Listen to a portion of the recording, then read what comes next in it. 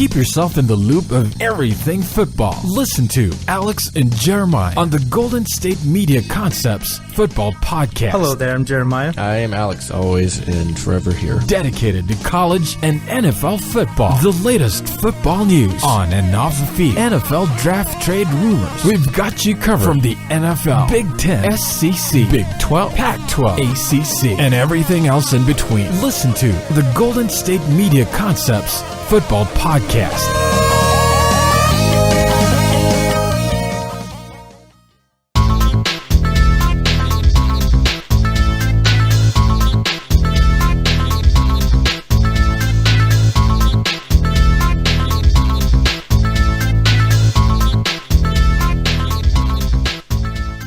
Thank you for tuning in to the Golden State Media Concepts Football Podcast, where we discuss the latest news, rumors, and games of the NFL and college football, from the latest signings to this year's breakout stars and all the news in between. As always, I'm Jeremiah. I'm Ben. And I'm Anthony. We're rolling with three people, as you guys have been doing for the last couple of days. Just a new person, not Alex, just Ben. Yeah, we are rolling deep today. All right, guys. Or, as the kids like to say, we're mobbing deep, but we'll just move on. All right, guys, so we're going to be talking football, obviously, on the football show. So we have Thursday Night Football in the NFL, Thursday Night Football in college football, and then we have the slate of games for the weekend, Saturday college football, even a game on Friday tonight, which we're looking at, and then a game on Sunday for the NFL, and then Monday night as well. So let's start off with Thursday Night Football in the NFL. So we had the New England Patriots taking on the Houston Texans. The New England Patriots absolutely destroy the Houston Texans 27-0. Jacoby Brissett's first start. Take it away, guys. Takeaways from the game. So basically, we talked about before the Browns being the Browns, and you can't really trust them because they just do Browns things. Maybe they get a top pick. Yeah, that's fantastic. Lose. Now you kind of have the reverse of that with Bill Belichick, where he just went Belichick. It doesn't matter if it's Bledsoe, it doesn't matter if it's Brady, it doesn't matter if it's Brissett, just win. No matter what. You and I, we kind of took it on the chin. We kind of said the Houston Texans would win because, we thought, you have a short week, you have J.J. Watt, you have Jadeveon Clowney, you have a rookie quarterback. Houston wins. No. Still New England, still Belichick. Doesn't matter who you put in there, apparently, which I don't know what that says about Brady. Still think Brady's maybe the best quarterback of all time, but at least for the short term, just never bet against Belichick. Just don't do it. Whoa, Tom Brady is the second best quarterback of all time. That's fine. Okay. Also, Behind Belichick Rodgers, maybe I the know. No, behind Joe Montana. Okay, but anyways. Or Joe Montana. Joe Montana. The water boy. Yeah. water boy. Yeah, so as far as last night's game, Jacoby Brissett doesn't do anything spectacular, but doesn't make any mistakes. Threw for 103 yards. He even added some runs, 48 yards. Think about his long 27-yard touchdown run. They ran some options, which is not the Patriots at all. No, But it's not. So they kind of played to Brissett's strong points and didn't allow him to make any mistakes. A lot of short passes, and you got to give credit to Josh McDaniels, offensive coordinator, Bill Belichick, for just getting him ready within only 4 games. 4 days, I should say. It looked kind of odd watching the Patriots doing the option. It's like, what? It looked really odd. I didn't even know that their offensive lineman knew how to run exactly. block I didn't even know they knew how to do that. It's like, wow. But anyways, I loved what I saw from the Patriots last night. Garrett Blount was just a beast last night. Yeah, 105 yards rushing and 2 touchdowns on 24 carries. Yeah, and the coaching staff simplified the game plan for Brissett, who was luckily he was making the start at home, so on a short week.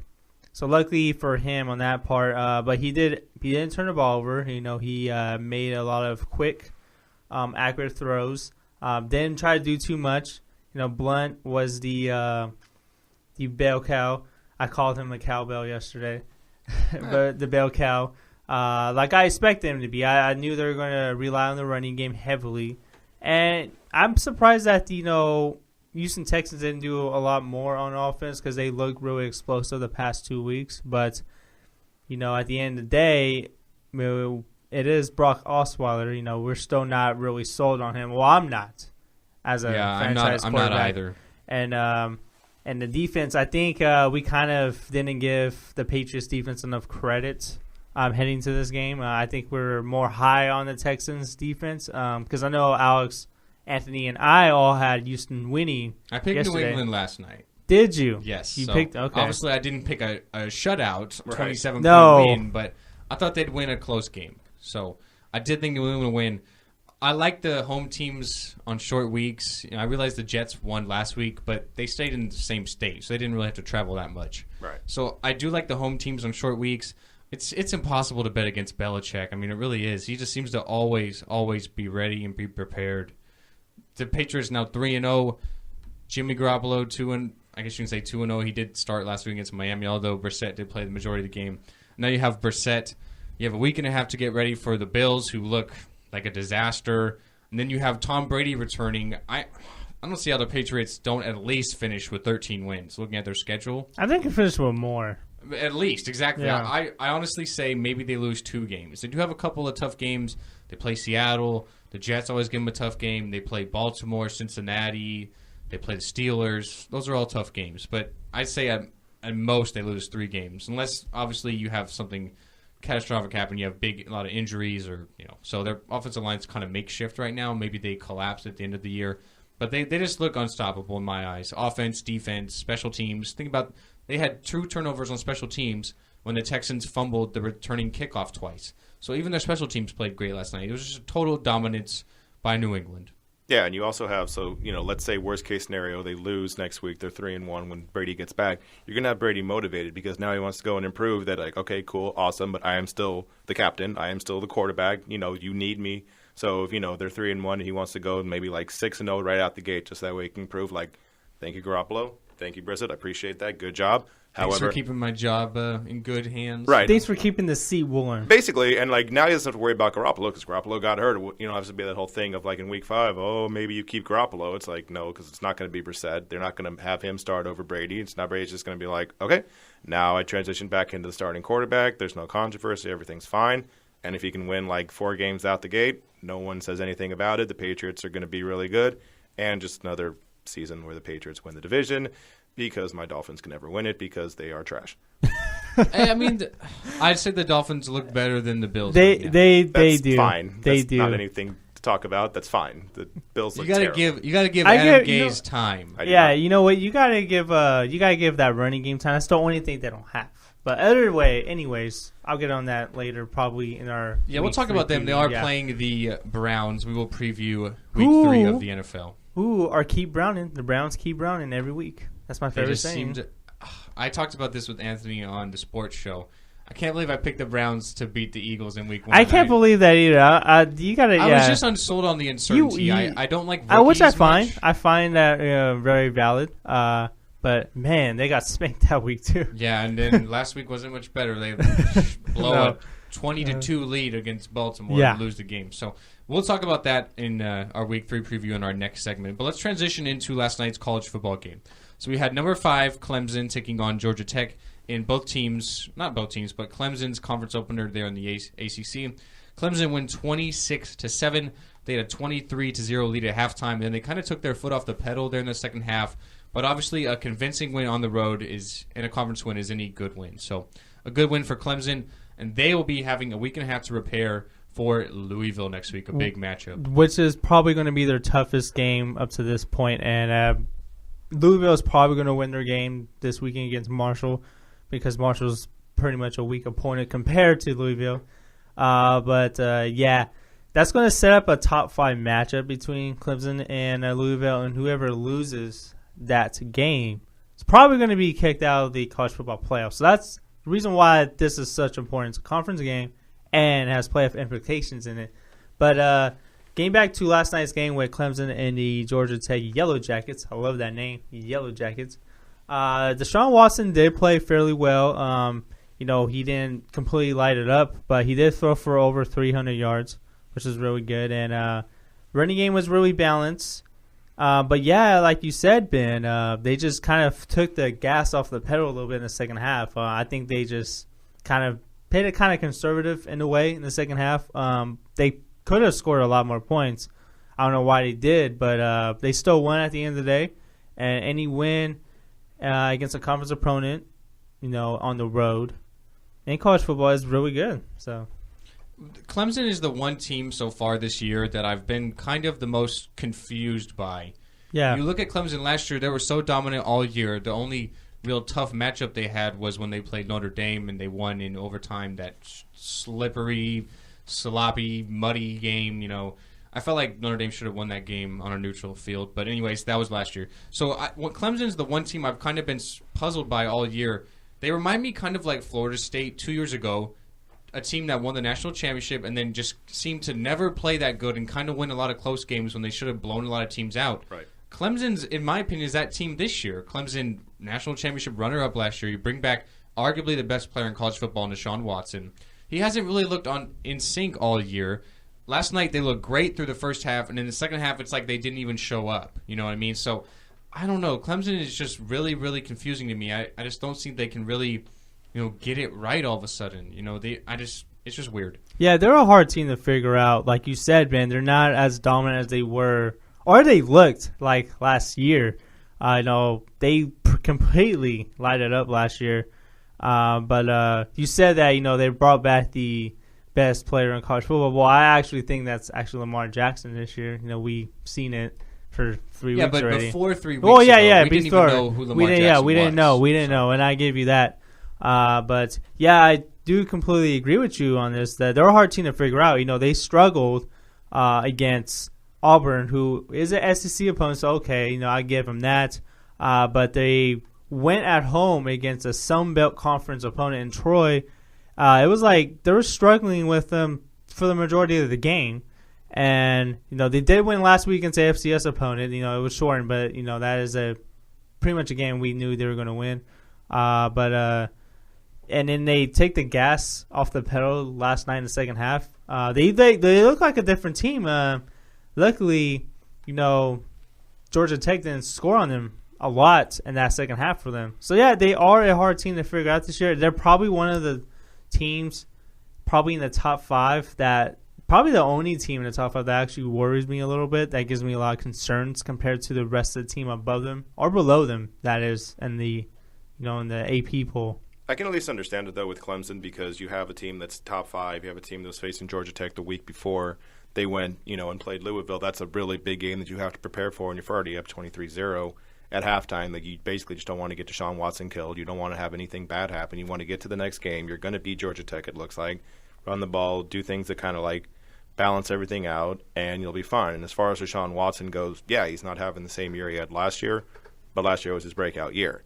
Like, no matter how good Lamar Jackson's doing in Louisville, he probably won't have the same year next year because teams will realize what he's doing. It's a Jameis Winston factor. It's a Johnny Manziel thing. Once you have, like, your breakout year, every single team will, like, focus on it. Like, okay, he does good here. He stinks here. Like, you'll figure out what to do. And Deshaun Watson has been terrible. Like I said, 300 yards passing. No, he hasn't. But he hasn't been the same dude because defenses now are just, like, solely focused on him to where they kind of came out of nowhere last year. That's a valid point. I never thought of it that way. You have game film on him as opposed not so much last year. That's a really valid point. So one thing that kind of made me laugh here, obviously we know Georgia Tech run, the zone read pretty much all game like the long. triple option, yeah. So we have quarterback Justin Thomas. You guys know how many total yards he had last night? 29 passing. And he had negative 25 rushing. So he has a total of 4 yards. So as you mentioned, Jeremiah, he goes 4 of 13 for 29 yards. So, not really doing too much through the air. But he has 10 carries for negative 25 yards rushing. How does that even happen? Did he remember. No, I mean, how do you have negative 25 yards? Remember rushing? week 1 of the NFL season, Blaine Gabbert had a negative 19-yard completion to himself. So I'm just letting you know. Also, he had. So you're talking about negative 25 yards. He had a long of 7 yards. Yes, so he went back a lot more. Out that run, and it could have been a lot worse. But yeah. Georgia Tech, it was only their first loss this season, so they were undefeated going into the game. So they're a lot better team than last year. I'll give them that. They seem to always be there at the end, Georgia Tech. Like they're that top of the ACC. I don't know how they really do it when they're so one-dimensional, but they just seem to always get it done. They're pretty bad last year with only 3 wins, and they already have 3 wins. That matches last year's total, but they're a little better this year, so that's why I expect this game to be a little closer. But I thought, with Clemson up so much, I thought they were going to run the table. But like Anthony said, he did bring up a valid point about preparing for Louisville next weekend. I actually do see that as a valid point in how they didn't run the table in the second half. It's possible, Yeah. and of course we don't really know. Obviously, Dabo Swinney, a guy who keeps a lot of things to himself, Clemson head coach. He's a good football coach. I don't think he gets a lot of credit. I think he's one of the more underrated coaches in the sport. But with that being said, we'll take our first break here at the Golden State Media Concepts Football Podcast. Coming out of the break, what do you guys want to do, gentlemen? Do you want to do football in the NFL or football in the college football first? We'll leave this up to you. You want to leave it up What do to you me? think, Jeremiah? You know what? We're going to end the show with NFL, so we're going to come back Let's and do talk about college? college. Yes. Okay. Yeah. All right, so we'll be back previewing Week 4 of college football right after this break here at the Golden State Media Concepts Football Podcast. Tired of searching the vast jungle of podcasts? Now listen close and hear this out. There's a podcast network that covers just about everything that you've been searching. The Golden State Media Concepts Podcast Network is here. Nothing less than a podcast bliss with endless hours of podcast coverage. From news, sports, music, fashion, cooking, entertainment, fantasy, football, and so much more. So stop lurking around and go straight out to the Golden State Media Concepts Podcast Network. Guaranteed to fill that podcast itch.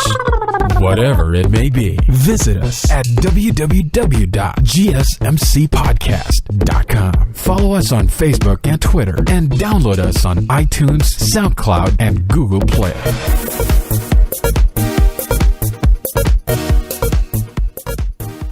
Welcome back to the Golden State Media Concepts Football Podcast. So we were talking earlier about Clemson versus Georgia Tech. We talked about Houston and New England, the NFL. So now we're going to transition back a little bit to college football. Tonight we have Utah facing USC. And so what do you guys think about that? Do you guys have a little bit of hope for USC, or do you think they're going to go down to 1-3? What do you guys think? I think USC might go down to 1-3. No, they did make a change at quarterback with Sam Darnold, which I kind of agree with. Max Brown just wasn't getting it done, and especially in big games with Alabama and last week against Stanford. They did win big against Utah State, but that is Utah State, a Group of 5 Mountain West Conference opponent.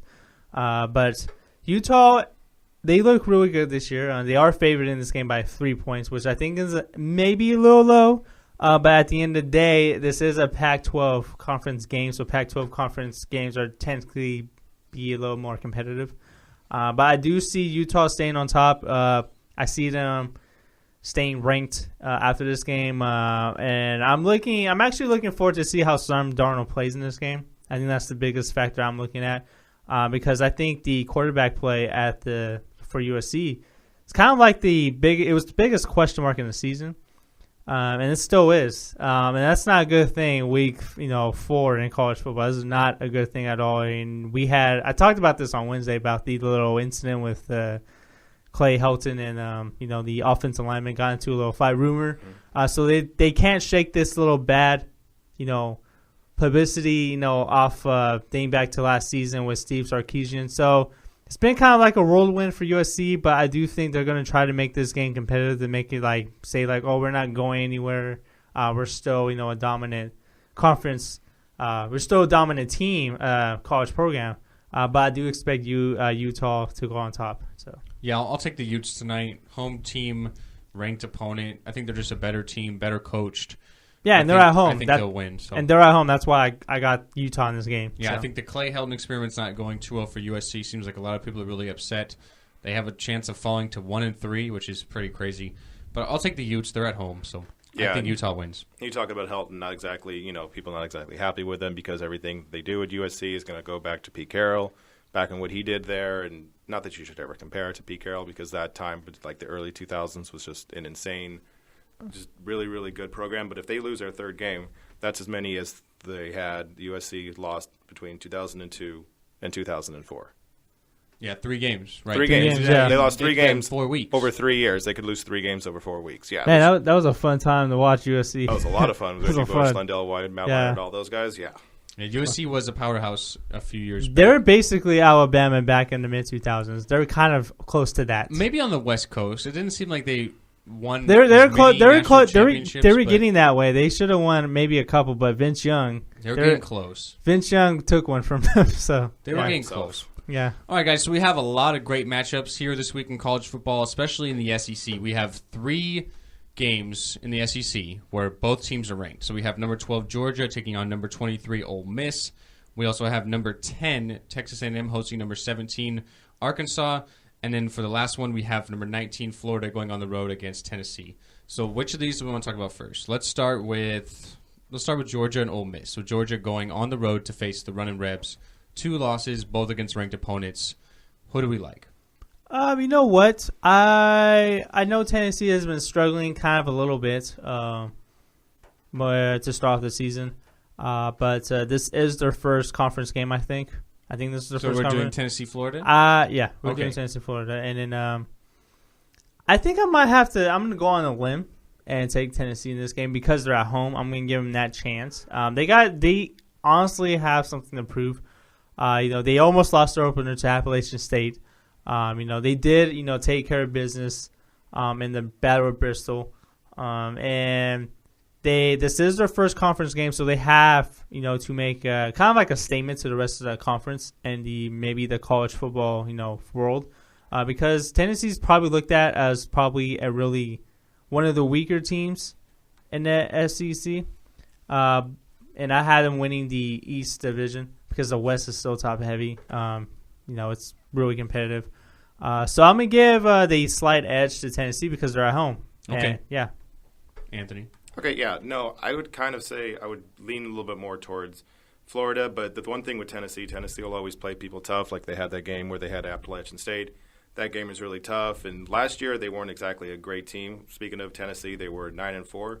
But the losses they had, they lost by 7 to Oklahoma. They lost by 1 point to Florida. They lost by 4 to Arkansas. They lost by 5 to Alabama. Like basically all the losses that they had were really, really close. So they were never out of any single game. So you're going against Florida team that, that's ranked worse than them, but they're both 3-0. So that ranking doesn't exactly matter. In Tennessee, I would think it's going to be a close game. Tennessee's favored by 6.5. I would take Florida just because I have like a little bit more faith in Florida. They've actually had some games, they beat Kentucky, which, again, never a good college football team, always a good basketball team. But every game they had, they've beaten them pretty well. UMass, not a good team, beat them 24-7. Kentucky, 45-7. And North Texas, 32-0. Like, they basically destroyed every single game. So I would probably take Florida over that. But like Tennessee did last year, I would probably take it in a close game. This is one of my 2 upsets of the week. I really like Florida in this game. Tennessee has a really bad offensive line. Florida's defense is legit. They're absolutely elite. Obviously, I think the one thing Florida has to overcome is replacing quarterback Luke Del Rio. He has an MCL sprain. He's out 2-4 weeks. That last name you might find familiar. He is the son of Raider coach Jack Del Rio. So I think that's something that they're going to have to overcome. A new quarterback in his first start on the road in Tennessee. Never a tough place to play. Or never a easy place to play. It was like never a tough place. Definitely a tough place to play. Yeah. So that's going to be something they overcome. But I just think Tennessee is going to struggle on offense because the Florida defense is that good. That offense has been a little bit disappointing this year. Exactly. Yeah. So I'll take the Gators in a close game. I could see them squeaking out maybe a field goal win. Yeah, the reason why I picked Tennessee is because I feel like they have to make a statement. To me, I know they're ranked 14, they're undefeated, but I think they're probably one of the more disappointing ranked teams so far because they almost lost at home to Appalachian State. And, Jalen Hurd and Josh Dobbs, Josh Dobbs especially has not looked like he's the same player from last year. There's so much high expectations from him, and I really do think this is a really big game for Tennessee to make that statement. So that's why I think I'm going to pick them to win this game because they're at home. If this game was on the road for Tennessee, I would probably not give them a chance. So okay. I would take them. The reason why I'm taking this is because basically they're at home. Yeah, home field matters a lot. Yeah, it does. All right, so let's move on to Georgia taking on Ole Miss. So Georgia going into Mississippi. Ole Miss losing 2 games both to ranked opponents. They seem to do great at the start of the game. They just can't really finish them. Going up by 21 against both Florida State and Alabama, end up losing both those games.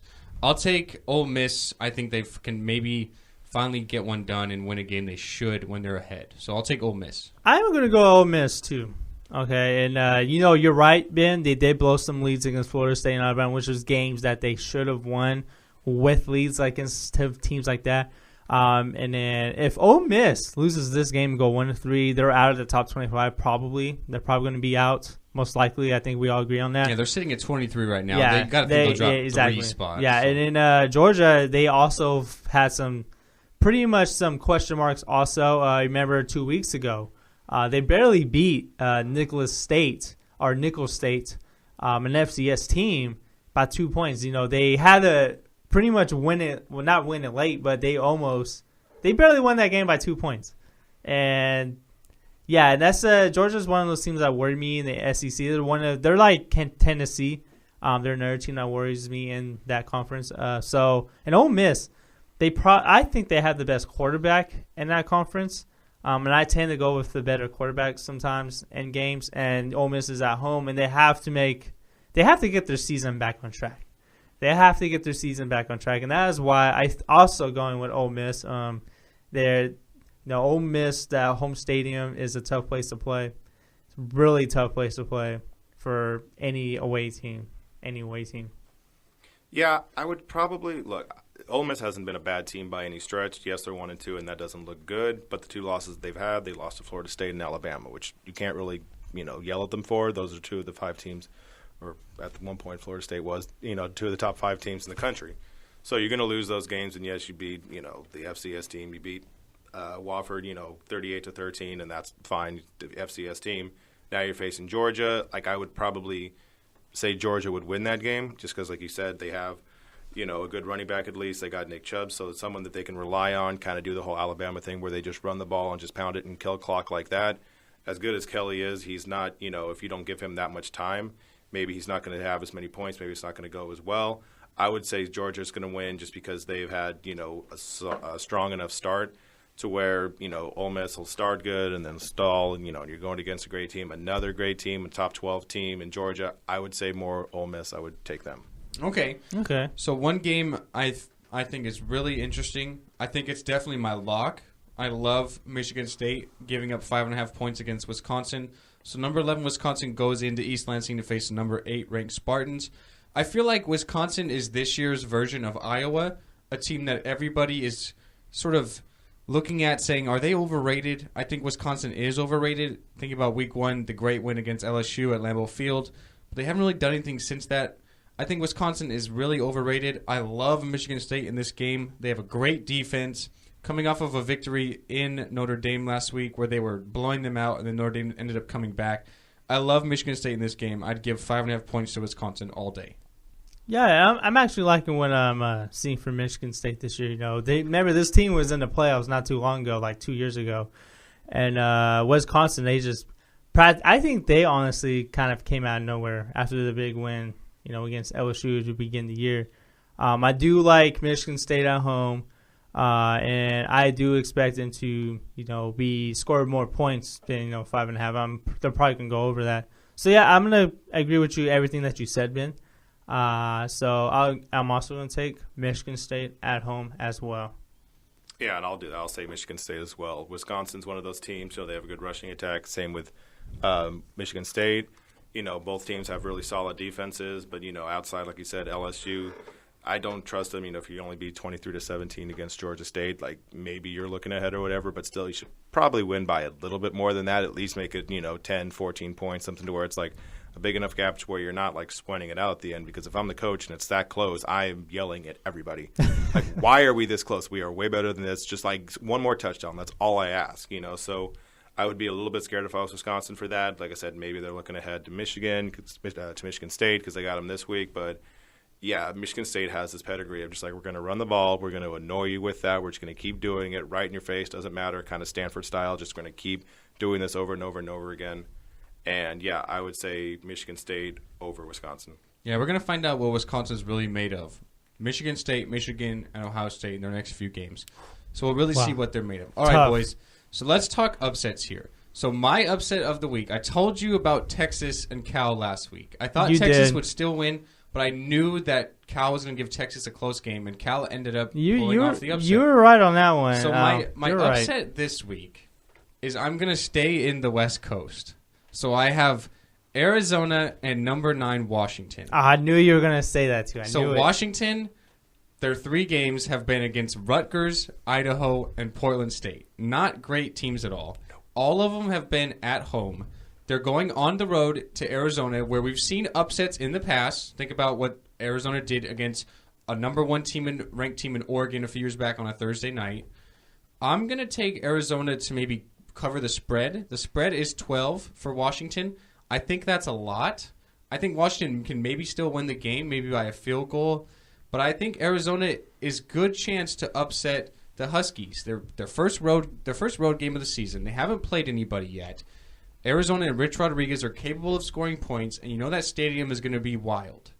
I think that could be an upset. Everything that you said about Arizona, pulling off an upset against Washington, I can't disagree with it because Washington hasn't really played anybody yet to be started off 3-0 and ranked at number 9. So people, I do love what I'm seeing though from this young Husky, offense. You got Jake Brownie in there as a quarterback who played ball in high school where we do our show, pretty much near this area. Yeah, I saw him play in high school maybe 3 or 4 times. Yeah. Really, At in high school he was never challenged. At Folsom High School, and who they have a great football program, by the way. And they got Myles Gaskins, the running back. So I like everything what I'm seeing from this young Husky, offense. But to me, I think I said this way back. I feel like they're like a year away from being a really good playoff team. I thought they were ranked a little high, in the preseason poll, and it kind of surprised me that they moved up higher after their first one against Rutgers because Rutgers is not really anybody. But I do expect Washington to come up on top of this game. It's going to be close. I do agree it's not going to be as a blowout as the line says. But I do expect Washington to pull off the win late in the game. But I wouldn't be surprised if Arizona happens to pull off an upset. But I just can't do it because of the way this offense has looked so far this season. So, yeah, I'm going to take Washington because what I've seen so far from them this year. Yeah, I would still say I would lean towards Washington. So they faced Arizona last year and they beat them 49-3. And Jake Browning's getting a little bit better. Like you said, he came in as a freshman. Now he's got a whole year under his belt. He's getting a little bit more acclimated with the offense. It will be a later game, which, you kind of have to worry about because, you don't know if they're going to get too hyped up or if they're not going to be ready as much. You got Chris Peterson, the old Boise State head coach, who can actually, have this game be the kind of like focusing point of the season. Like, okay, fine, we did everything we did in the weeks before, and that's fine. We beat terrible teams like Portland State, like Idaho, whatever else like that, Rutgers, and we destroyed them. Now, if we actually win this game, now all that hype starts to be valid. Now all that hype that we've gotten about, the top 10 team in the country, if we beat Arizona, that's something that'll help us out, give us confidence when the next week they go over and they face Stanford, which if they win that one, then they're absolutely justified to be a top 10 team, top 5 team probably if they beat them. So I would lean more towards Washington. Like, I do think it's going to be a close game. I don't think it'll be a blowout by any stretch, and I guess, neither do the lines makers out in Vegas. They got it as a close game too. But if I had to choose, I would probably say Washington will still win, but it'll be pretty close. Okay, you guys got any you like? Maybe Stanford, UCLA? I think that could be another upset. Anything you guys are fond of this week? I really want to pick UCLA over Stanford, but I just can't. I can't do it. Stanford, they're just a powerhouse there in that division, that conference. Even though UCLA did start off this season ranked, they did lose that one game to Texas A&M. I can't. I feel like UCLA, probably they're kind of, to me, I feel like Washington was a year away. I feel like UCLA is a year away also. They do have a good quarterback there. So I can't take UCLA right now over Stanford. I don't really have many upsets, this week happening. I feel like everything's just straightforward, pretty much. Yeah. I mean, it's possible. You never know. Yeah, it's hard to figure out college football with upsets, just because you never know what's going to happen every weekend. We didn't see Central Michigan beating Oklahoma State 2 weeks ago. We did not see that. Are we sure that Kent State doesn't have a chance against Alabama? No. I mean, they have a chance to score like 7 points. Like, they have that chance. Here's what I find Wow, interesting, okay? that's harsh, man. Here's what I find interesting. So Alabama is a 44-point favorite. Right. The over-under is 50. Yeah. So they're predicting The 6 points. 44 to 6, maybe? Yeah. 40 to 6? Pretty much. You know what I mean? I find that pretty interesting. They're just giving absolutely Kent State no chance to even score, obviously a 44-point favorite, but the over-under is 50. So, I mean, what are they going to win, 54 to 6? Yeah. You know, and then they cover the spread? Like, I just thought that was funny. But Are you guys sure that Louisville can beat Marshall? I'm kidding. I mean, Louisville. I'm kidding. You see these. You see this often. You have the road game. This could be a potential trap game. Marshall has nothing to lose. Yeah. You have Louisville coming off an emotional high last week, maybe looking ahead to Clemson. You never know. I don't see it happening. I think Lamar Jackson is such a dynamic player with the passing game and the running game. I mean, he has more rushing touchdowns than passing touchdowns. So I don't see it happening, but these are, like you said, those trap games, those scary games, because you have obviously the great win last week, and then you're looking ahead towards next week. You go on the road against Marshall. These things happen. To be fair, against Marshall, though, they lost to Arkansas 65-38. Yeah. So, I mean, the trap game, I don't yes. see it happening, but, I've seen crazier things. True. Yeah. The upset, I would probably say, is Auburn against LSU. I would probably take Auburn in that just because, we understand how good Leonard Fournette is in LSU. He's, one of the best running backs, if not the best running back in the nation. But that's pretty much all they have. Like, outside of that, they're not that strong of a team. The quarterback, the number one passing quarterback, if you average it out, it's like a little over 100 yards per game. That's not going to do anything. And with Auburn, they're 1-2, and that doesn't look good. That's something that you're going to raise an eye about a little bit. But when you look at the teams that they've actually faced, they lost to Clemson, they lost to Texas A&M, both relatively close. So they're losing, but they're losing in conference and stuff like that. So they've got a little bit of a chip on their shoulder now. They're like, okay, fine, we lost, but we're not losing, that by that much, which, fine, moral victory, maybe not the best thing in the world. But now you're going to face an LSU team, and it's going to be a little bit later at night. So it's 3 o'clock that they're going to play Pacific time, and it's in Auburn. So what's that, like 6 o'clock? Yep. Yeah, so you got a night game. You got all the stuff like that. You're going to have the fans just drunk, just so drunk. Just the tailgate. The tailgate is going to be strong, Rutgers style. Maybe you get the AD coming out doing stuff like that. But, yeah, if I had to do the upset, I would probably say Auburn and LSU. It's possible, a tough game in the SEC. Road games are always tough. Auburn, a team that's very capable. Think about what they did against Clemson earlier in the year. They almost had a chance there at the end. So it's possible. You never know. And we will be back on Monday to talk about everything in college football. Jeremiah, you and Alex will be breaking down college football week 4. On paper, it looks like a great week. I'd say probably our best since week 1 as a whole. So we'll have to wait and see, and then we will update you on Monday. So with that being said, we'll take our last break. That was a good segment, a lot of great talks, and now we'll hopefully do the same thing with the NFL Week 3 schedule. So we'll be right back, guys, on the Golden State Media Concepts Football Podcast. Always on the go, but the day just won't be one without your Hollywood fix. Let Golden State Media Concepts Entertainment Podcast take care of that. Jordan and Keith is Entertainment Tonight meets Access Hollywood. I'm Jordan. The guy laughing, that's Keith. Yeah, I'm Keith. An all-inclusive look of pop culture.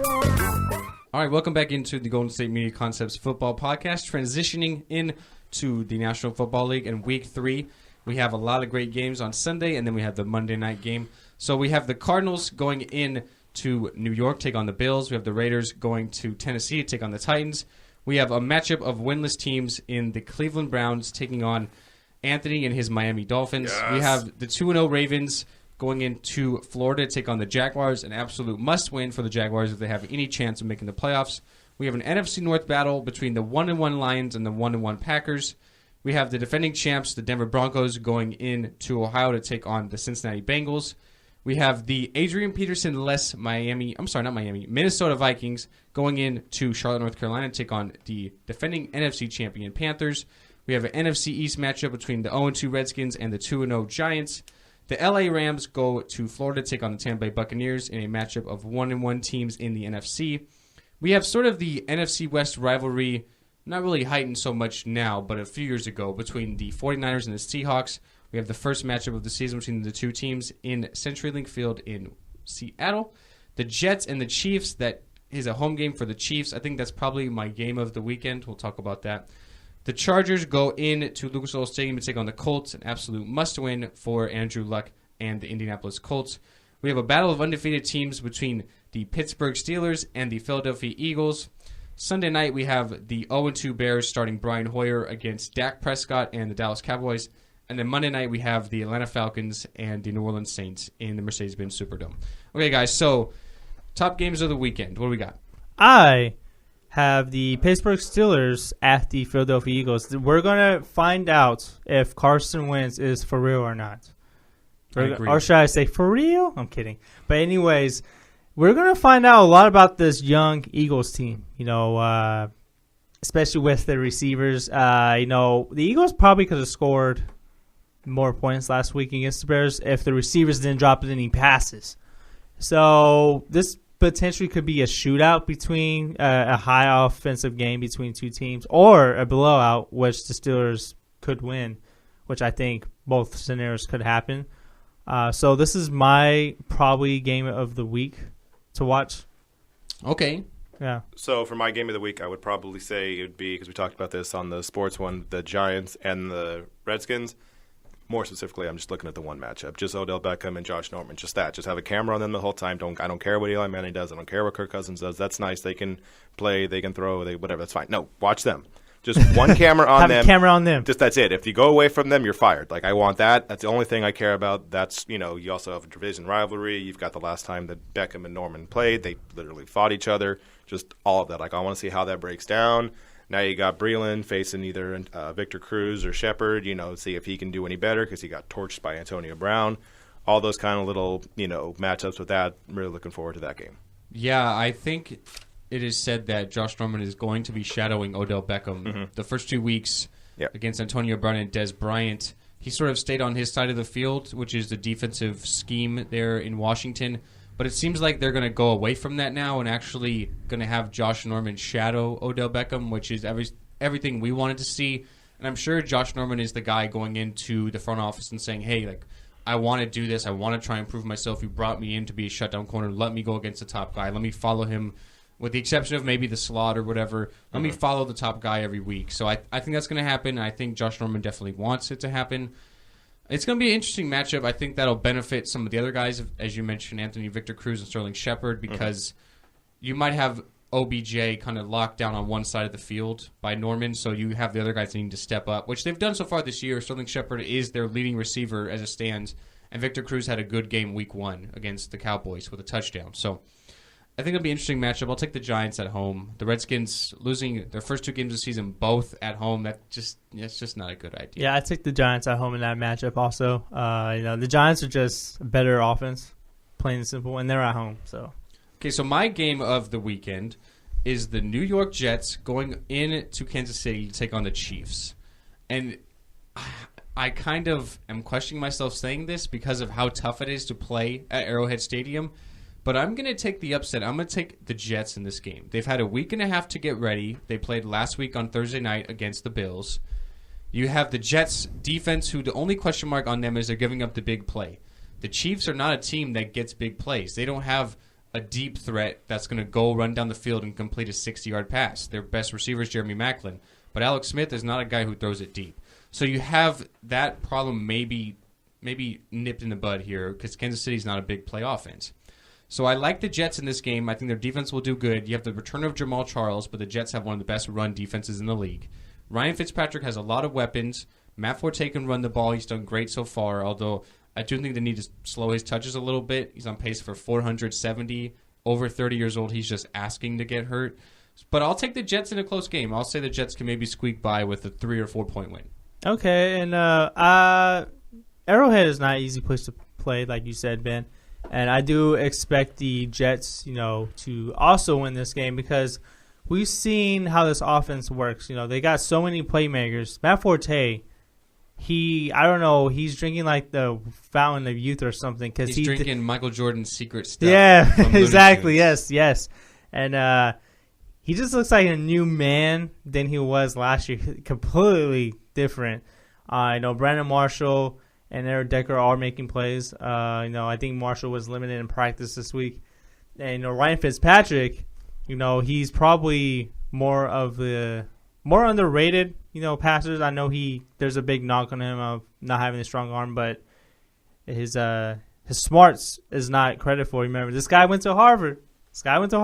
He's got the IQ. He's got the IQ. That's definitely for sure. He's got the IQ, and he's probably been one of not the most, but recently he's probably been the most successful quarterback for the Jets, most recently.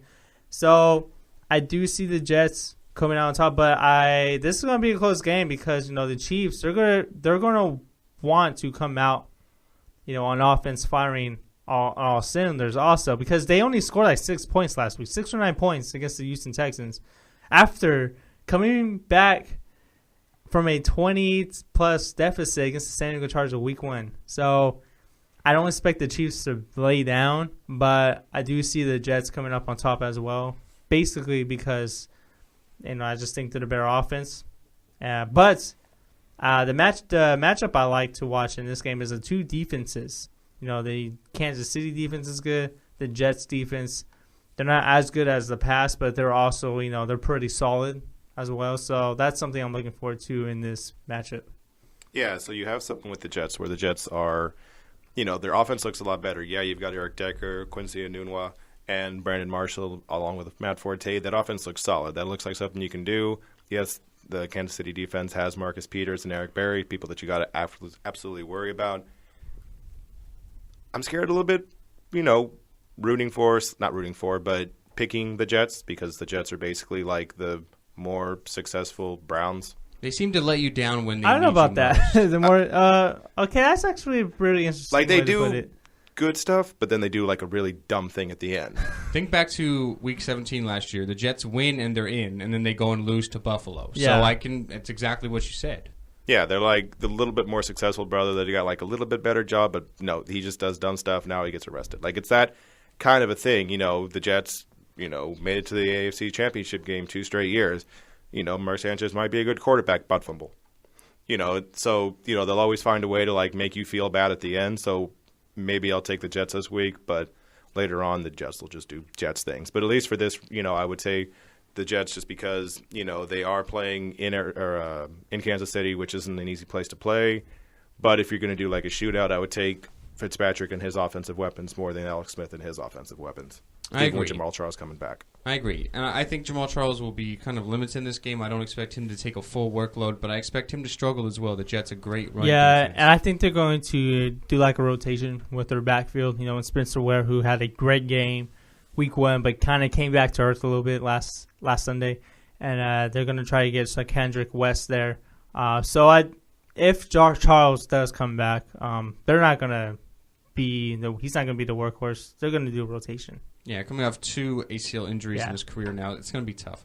Okay, my lock of the week is Arizona against Buffalo. I realize Buffalo have had a week and a half to get ready. Arizona is going across the country, but Arizona is only favored by 4 in this game. Buffalo really struggles against the pass. Look at what Ryan Fitzpatrick did to them last week. What does Arizona want to do? They want to throw the ball. Larry Fitzgerald, Michael Floyd, John Brown, even David Johnson can chip in passing as he does a good running game. Chris Johnson played well last week. I think the Cardinals are just going to absolutely destroy the Bills. Yeah, and you see with this, so it's 4 points, for the Cardinals, but that basically means 7 points because the home team will get 3 if everything's even. Yeah. So you basically say 7 points for that. You saw the Cardinals, torch Rivas last week, or not that. Sorry, the Bills. You saw them, not do as well against the Jets. The Jets were. Learning how to do a couple of things. Yeah, Del Rivas get beat, but he basically got beat on one play. The Cardinals, their offense is a lot better than Buffalo's defense. So, because they have, what's his name, the defensive tackle for Buffalo.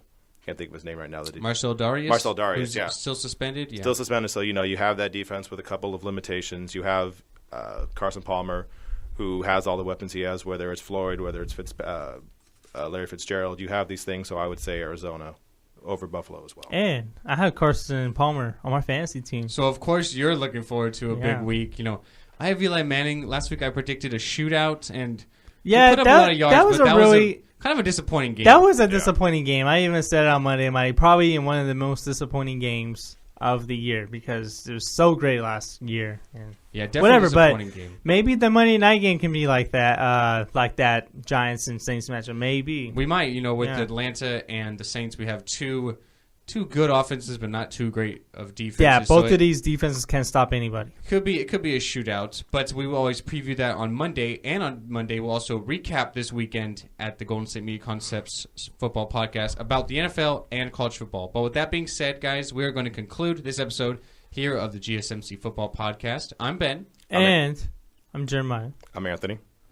You can catch the show on a variety of platforms on Google Play, iTunes, Stitcher, SoundCloud, and YouTube. You can also listen to this show on the GSMCpodcast.com website. That is our network of shows, our other shows that Ben, Anthony, and I do. And you can also follow us on Twitter at Golden State Media Concept. At GSMC_football. And you can follow us on Instagram at GSMC_football. You can also like us on Facebook at the Golden State Media Concepts Football Podcast. All right, guys, so that was a great episode. We'll be back on Monday to talk about everything football, and I hope you guys have a good weekend. Goodbye, and have a good weekend.